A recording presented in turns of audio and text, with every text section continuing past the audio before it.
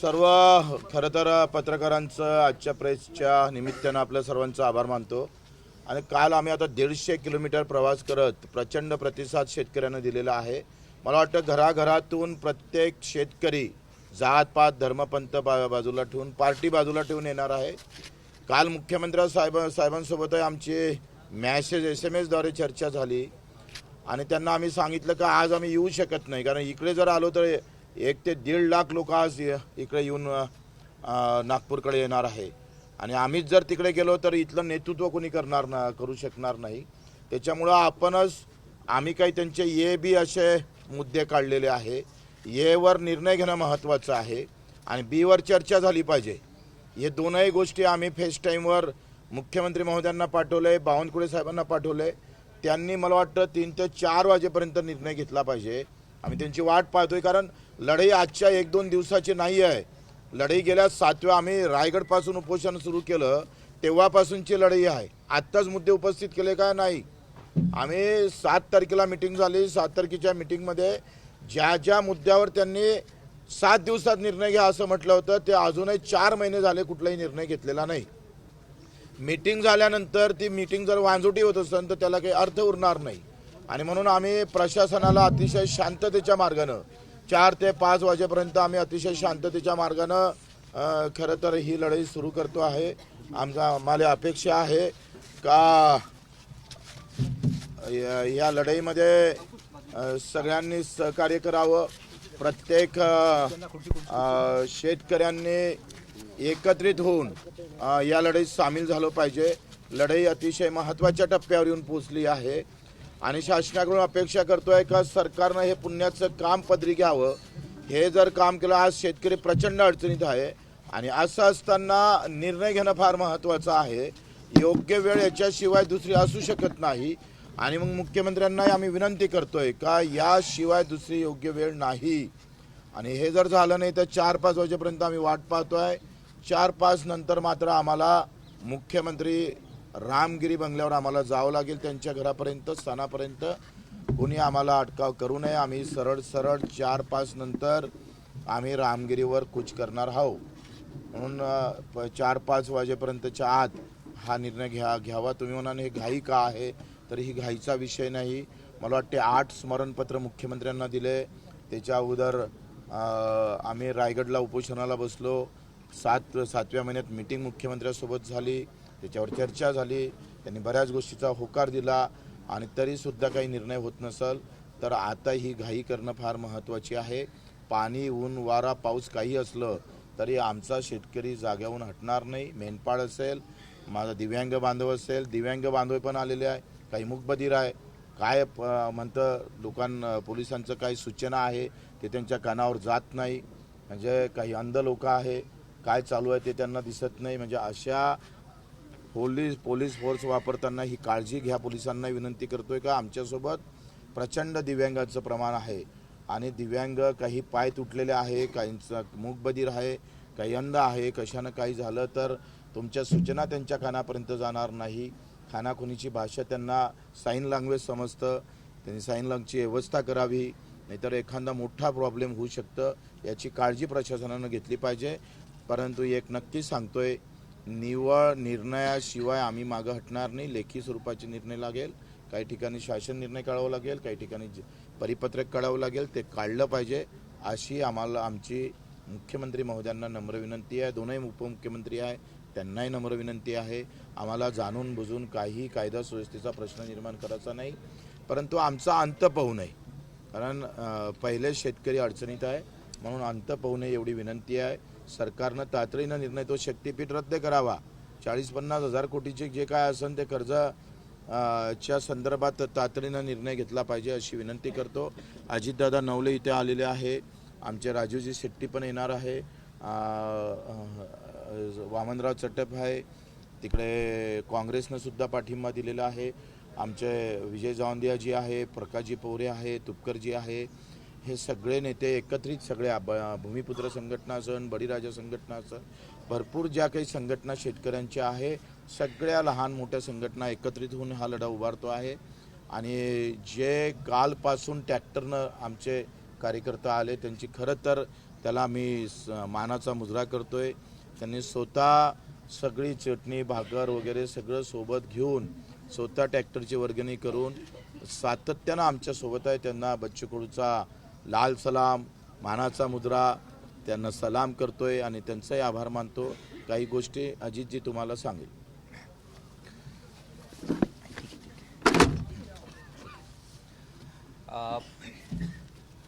शेतकऱ्यांचे नेते आदरणीय बच्चू भाऊंच्या पुढाकाराने सर्वच शेतकरी संघटनांनी एकत्र येऊन शेतकऱ्यांच्या प्रश्नावर आंदोलन करावं ही प्रक्रिया बरीच पुढे गेलेली आहे। पहिली बैठक पुण्यामध्ये त्यांच्याच आग्रहाखातर झाली, त्यामध्ये अनेक शेतकरी संघटना आलेल्या होत्या। त्यानंतर छत्रपती संभाजीनगर या ठिकाणी सुद्धा दुसरी बैठक झाली, त्यातही अनेक शेतकरी संघटना आल्या आणि आम्ही जे वेगवेगळे लढत होतो शेतकऱ्यांच्या प्रश्नावर सगळ्यांनी एकत्र येऊन एकच ताकद लावावी आणि राजकारणाच्या जातीच्या धर्माच्या पलीकडे जात शेतकऱ्यांच्या मागे उभं राहावं हा जो एक प्रकारचा सर्वांचाच उद्देश होता तो या निमित्ताने साध्य होताना दिसतोय। बच्चू भाऊंच्या नेतृत्वाखाली आज अनेक शेतकरी समुदाय त्याचबरोबर दिव्यांग आणि बाकी सगळे समुदाय जमलेले आहेत। सरकारला त्याने आव्हान केले त्याप्रमाणे शेतकरी प्रचंड अडचणीत आहे।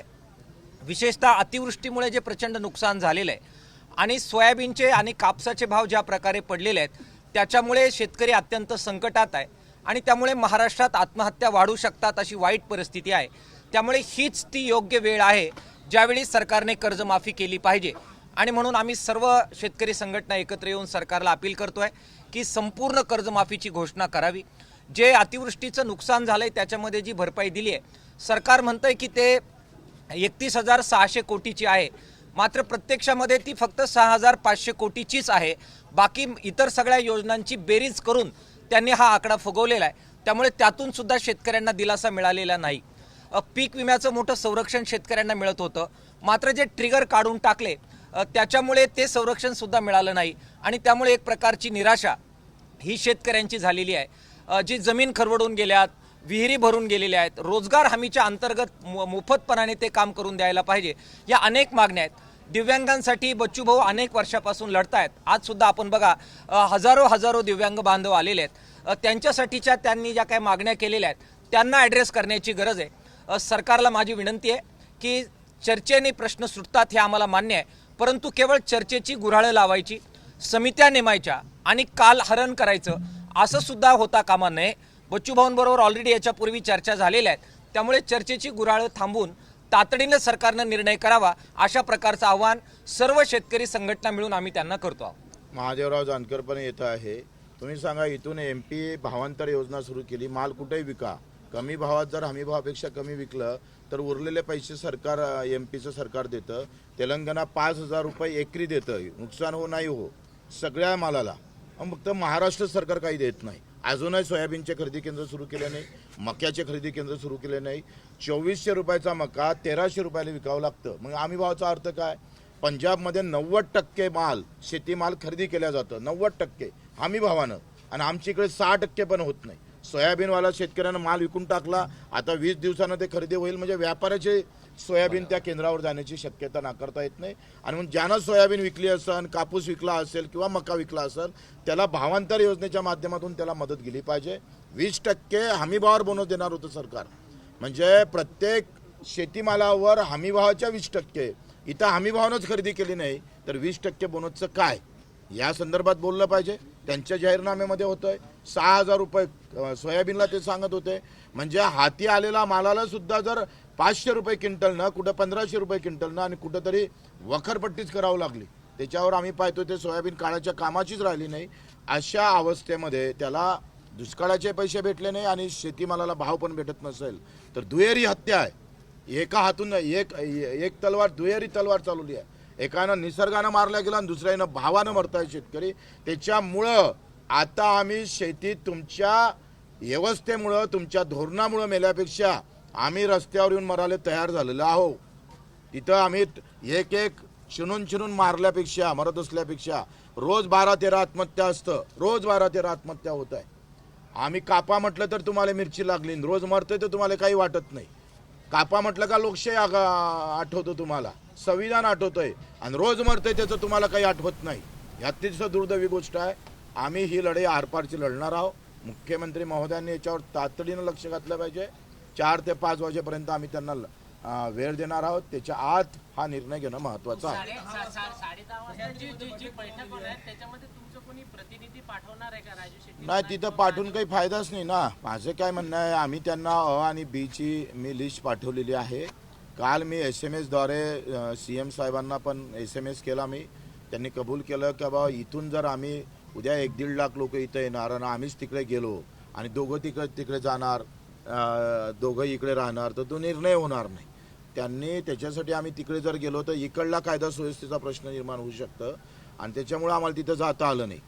हे लक्षात घेतलं पाहिजे. आणि मीटिंग निवळ आम्ही सांगितलं जसं अजितदादानं की बाबा मीटिंग करून मग फक्त समित्या नेमून आम्ही काही थांबणार नाही आहे. आम्हाला निर्णय लागेल आणि निर्णय घेतल्याशिवाय तुम्ही काय निर्णय घेता आमच्या मागणीवर ते लेखी स्वरूपात पाठवा, तुमचं प्रतिनिधी पाठवा, आम्ही त्याच्यावर चर्चा करू. आम्हाला योग्य वाटलं तर योग्य निर्णय आम्ही घेऊ. ठीक आहे. आता इथून आम्ही सरळ नागपूरकडे निघतोय. आम्ही 4-5 वाजेपर्यंत वाट पाहू, नाहीतर मग सरळ रामगिरीच्या दिशेनं निघू. पोलिसांनी परवानगी दिलेली आहे का तुम्हाला नागपूर शहर? परवानगीचा काय विषय आहे? आत्महत्येची काय सरकारनं थोडी परवानगी दिली आहे? नाही, असं कसं काय परवानगी? आम्ही लोकशाही मार्गानं ट्रॅक्टर मोर्चा काढणं काही याच्यासाठी वेगळ्या परवानगीची काय गरज आहे? कुठली गरज आहे याची? तुम्ही बाकीचे सगळ्या धार्मिक उत्सव होतं त्याच्या काय परवानगी असतं काय? नवरदेव जेव्हा राशी निघतं 2-2, 3-3 हजार घेऊन घोड्यावर, तेव्हा काय परवानगी असतं का? शेतकऱ्यालाच परवानगी. रोज नवरदेव निघतंय कुठं ना कुठं, त्याची बगर परवानगीचं चालतं. आम्ही जेथपर्यंत निर्णय होत नाही तोपर्यंत आमची तयारी आहे. आम्ही सगळं बंदोबस्त घेऊन आलेलो आहोत आणि आता 3 टप्प्यात आमचं आंदोलन येईल. बरोबर आम्ही जे प्लॅनिंग केलं आहे ते छत्रपतीचा शिवाजी महाराजच्या गनिमी काव्यानं आम्ही समोर जाऊ. अतिशय व्यवस्थित प्लॅनिंग केलेलं आहे. मुख्यमंत्र्यांनी आम्हाला कमी समजू नये. शेतकऱ्याला शेतकरी एकदा पेटला ना, कारण त्याला हे कळून चुकलं का शेतीत मरण नाही, धोरणामध्ये मरण आहे. आणि धोरणं बदलले तर शेती चांगलीच आहे, ती काळी माय चांगली आहे. एका दाण्याचे 1,00,000 दाणे तयार करतं, 1,000 दाणे करतं. शेतकरी मेहनतीत कमी पडत नाही, धोरणात कमी पडतंय. आणि धोरणच एकदा दुरुस्त झाले तर शेतीसारखा चांगला व्यवसाय होऊ शकत नाही. मेंढपाळ बांधव पण येणार आहे, सगळे एकूण मच्छीमार पण येणार आहे. तिथे आता ऑन दी स्पॉट कोणी आमचे सगळेच नेते जे आहे, मी मग नाव सांगितलं, अजितदादा असेल, राजूजी शेट्टी असेल, सगळेच, वामनराव चट्टप असेल, तुपकर असेल किंवा पवरेजी, विजय जांदेजी, महादेवराव जानकर असेल, हे सगळ्यांना घेऊनच चर्चा करू ना. आणि आम्ही हे 4-5 जण चर्चा घेणार नाही. आम्ही सगळ्या शेतकऱ्यांना विचारल्याशिवाय काहीच करणार नाही. त्यांचा विश्वासघात होणार नाही. आम्ही आलं तरी इथं आमचं काही झालं तरी परवा नाही आम्हाला. पण शेतकऱ्याचा, शेतमजुरांचा विश्वासघात होऊ नये. शेतमजुरांची मागणी आहे, त्यांच्यासाठी स्वतंत्र मंडळ झालं पाहिजे. सगळ्या जातीचे मंडळ केले, मजुराचं एकही मंडळ नाही. ते विषय आम्ही घेतलेले आहे आणि महत्त्वाचे आहे. हे कसं आहे, हा अर्थकारणाशी संबंधित आहे. याचं जीवन उद्ध्वस्त होत आहे. ज्याला 2 पाय नाही, हात नाही, डोळे नाही, त्याच्यासाठी वारंवार आंदोलन करावं लागतं. हे दुर्दैव आहे ना. तुम्ही सांगा, स्वातंत्र्याच्या पूर्वी आम्ही स्वातंत्र्यासाठी आंदोलन केले आणि स्वतंत्र भारतामध्ये शेतकरी आत्महत्या होऊ नये म्हणून आंदोलन करावं लागतं. फरक काय दोघांमध्ये? ही अवस्था का निर्माण होतं? काल तुम्ही म्हटलं की आमचे ट्रॅक्टर अडवले जातात. दुसरीकडे ज्या ठिकाणी सभा तुमची नागपुरात, तिकडे 500पेक्षा अधिक पोलिसांनी कालच बंदोबस्त लावलेला आहे. नाही, त्यांनी काय केलं, आम्हाला जी जागा पहिले घेतली होती आम्ही, तेव्हा त्यांना दबाव आणलं आणि त्यांना ना हरकत दिली होती, पण ते रद्द करायला लावली. पुन्हा मग आम्ही दुसरी जागा पाहिली. ती जागा त्यांना, पोलिसांना वाटलं का इथं जर हे गेले तर मग आपला प्रॉब्लेम होईल. मग पुन्हा त्यांनी सांगितलं का जुनीच जागा तुम्ही घ्या. म्हणजे आम्ही 4 आतापर्यंत पत्र दिलं, स्मरणपत्र, आम्हाला परवानगी द्या म्हणून महासभेची. त्यांनी परवानगी दिली नाही आणि तेच तिकडे काळ्या करतोय. म्हणजे मला वाटते पोलीस डिपार्टमेंटच्या हातीच आता BJPचा झेंडा द्यावा लागेल, इथल्या आयुक्ताच्या. हे घे बाबा BJPचा झेंडा आणि आता पोलिसाचा झेंडा काढून हा झेंडा घेऊनच काम कर, अशी अवस्था आहे.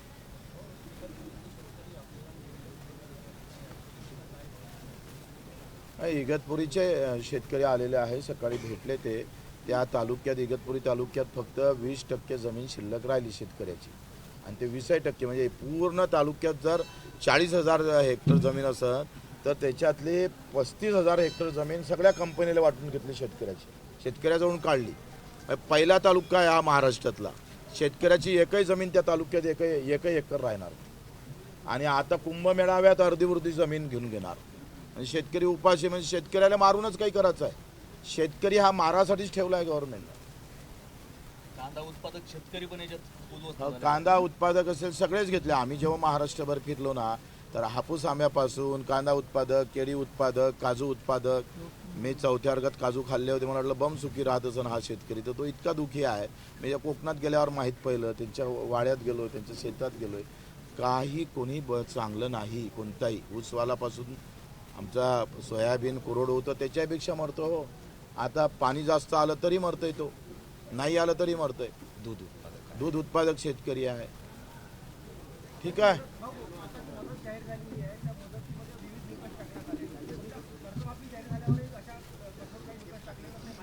नाही कठोर माझं काय म्हणणं आहे का, जो नोकरीवर आहे त्याला देऊ नका, आमचं म्हणणं आहे. नोकरीवाल्याला द्यायची गरज नाही आहे.